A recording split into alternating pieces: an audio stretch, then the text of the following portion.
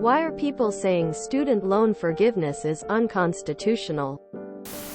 I think that's shorthand for the president doing it unilaterally via executive order is unconstitutional. Although it's a red herring because the broader argument is about statute, not constitutionality.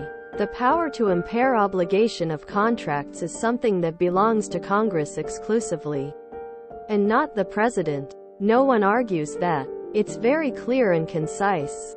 The Biden administration argued Congress had already given the president authority to do that via previously passed statutes. Basically that Congress delegated their authority in this circumstance to the president. Those that sued disagree. The argument centers around whether a vaguely worded statute grants the president the authority to do this. If it doesn't, then the president can't, because it's not otherwise a constitutional power of the office of the president.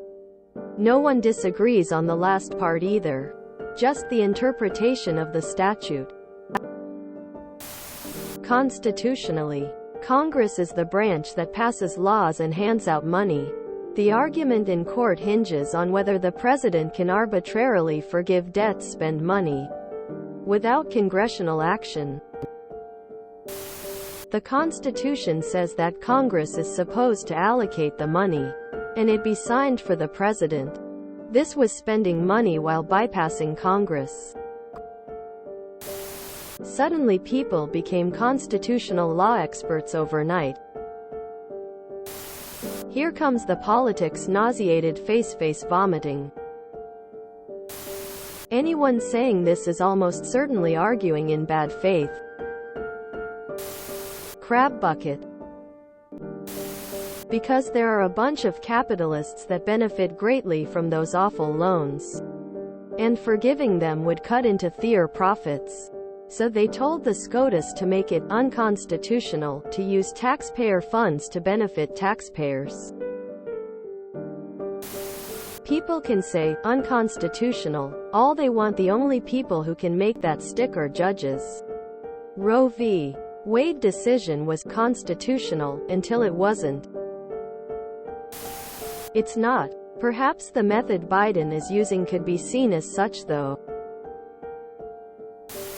Article 1. Section 8 of the United States Constitution.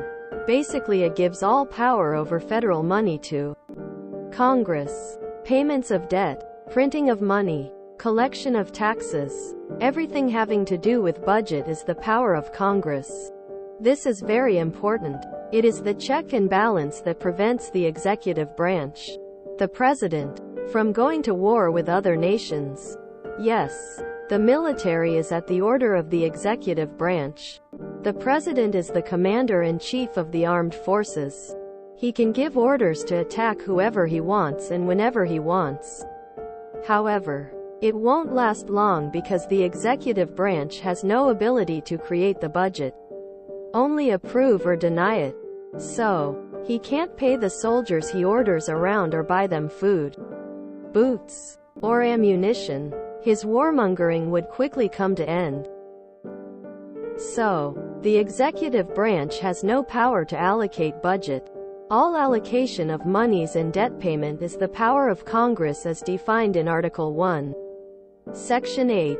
End result is that the president is not part of Congress and thus has no power to collect taxes, pay debts, or print money. He can only spend what has been allocated to him by Congress. Congress did not allocate any money to pay off student loans. Ergo the president has no such money that he can spend to do so. The forgiveness itself is not unconstitutional. The president forgiving debt by executive order is because he doesn't have the authority to spend money in that manner. That's why Congress is for. It's just a buzzword for something I don't like. The Constitution doesn't reference student loans at all. Did you ever see Schoolhouse Rock? Laws to spend money have to start in the House of Representatives and be passed by both houses of Congress before the president signs them. He doesn't just get to write the checks himself.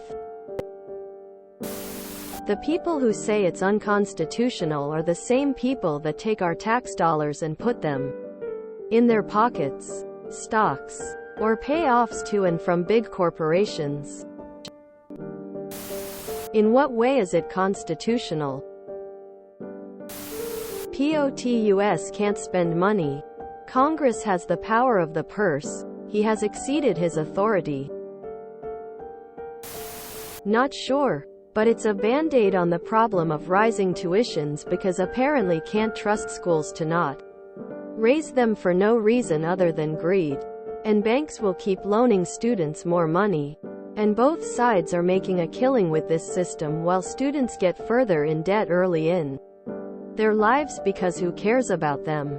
Kinda like medical and insurance companies. Try regulating tuitions though and people start screaming about communism and government overreach. I'm fine with capitalism. Except people also seem to think it obliges them to be money-hungry assholes, when they could just content themselves with making a good living. It's the talking points they've been given by their party. I am not sure about the whole unconstitutional thing, but it does seem to breach the public-private gap that's supposed to exist. We aren't supposed to be sending tax dollars to private institutions like core or banks. These are our tax dollars and are supposed to be spent on the American people. The whole exercise was a way to give banks our tax dollars but with some sort of excuse. What better excuse than to say we are helping you right before a midterm election? Government doesn't care if you are in debt. They only care if their banker donors are happy. If you enjoyed this video, please check out our playlists full of similar content. Epic Aircast is like doom scrolling for your ears. Please like, share, and subscribe.